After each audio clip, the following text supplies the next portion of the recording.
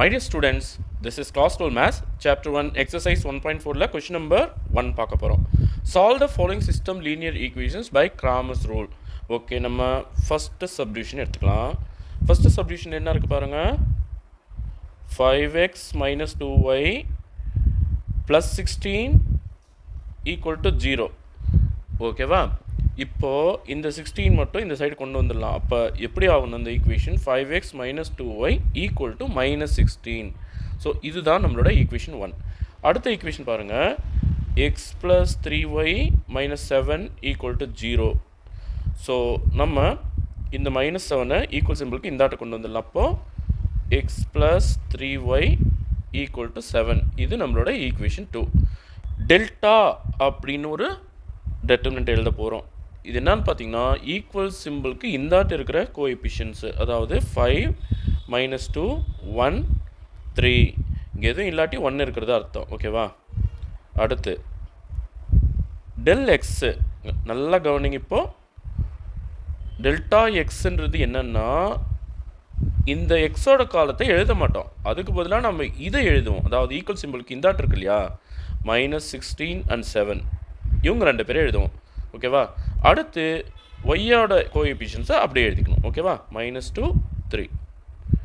அடுத்து delta Y அப்படின்னு சொல்லும்போது இப்போ உங்களுக்கே புரிஞ்சிருக்கணும், எக்ஸோட காலம் அப்படியே எழுதிக்கணும், அதில் எதுவும் சேஞ்ச் இல்லை. 5 1. இப்போ ஒய்யோட காலம் இருக்கு இல்லையா, அதுக்கு பதிலாக நம்ம எது எழுதணும்? இந்த -16 and 7 எழுதணும். ஓகே, -16 7 எல்லாம் எழுதியாச்சு. இப்போ ஒன்றுத்துக்கும் நம்ம டெட்டர்மினன்ட் வேல்யூ எடுக்கணும். Delta equal to leading diagonal யார்? இதுதான். 5 3s are 15, then minus of minus 2 1 is 2. ஓகேவா? அப்போ என்ன ஆகும்? 15 + 2, அப்போ 17. அடுத்து டெல்டா எக்ஸு இதோ இருக்குது பாருங்கள். Leading diagonal 16 × 3 48, but -48. அடுத்து மைனஸ் ஆஃப் -14. ஏன் சொல்லுங்கள், இங்கே மைனஸ் வந்திருக்கு. 7 2s are 14, பட் -14. அப்போ மைனஸ் ஆஃப் மைனஸ் என்ன ஆகும்? ப்ளஸ் ஆகிடும். ஸோ -48 + 14. அப்போது பெரிய நம்பர்லேருந்து சின்ன நம்பரை கழிக்கணும். குறிய மனசில் வைக்காமல் பெரிய நம்பர்லேருந்து சின்ன நம்பரை கழித்து, பெரிய நம்பரோட சிம்பிள் என்ன? 48 -48 இல்லையா, அப்போ -34.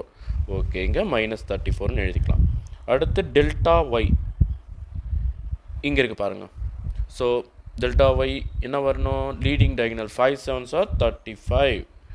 செகண்டரி டயகனல் பை டிஃபால்ட் ஒரு மைனஸ் வரும். இங்கே 1 × -16 -16 ப்ராக்கெட்டுக்குள்ளே. அப்போ மைனஸ் ஆஃப் மைனஸ் +16. அப்போ 35 + 16. ஓகே, 35 + 16 பண்ணால் 6 + 5 11, பேலன்ஸ் 1, 3 + 1 4, 4 + 1 5, 51.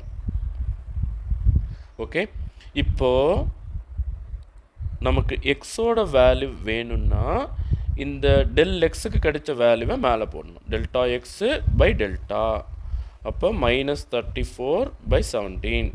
ஸோ 2 டைம்ஸ் வரும், பட் -2. ஸோ -2, அதாவது எக்ஸ் ஈக்குவல் டு -2.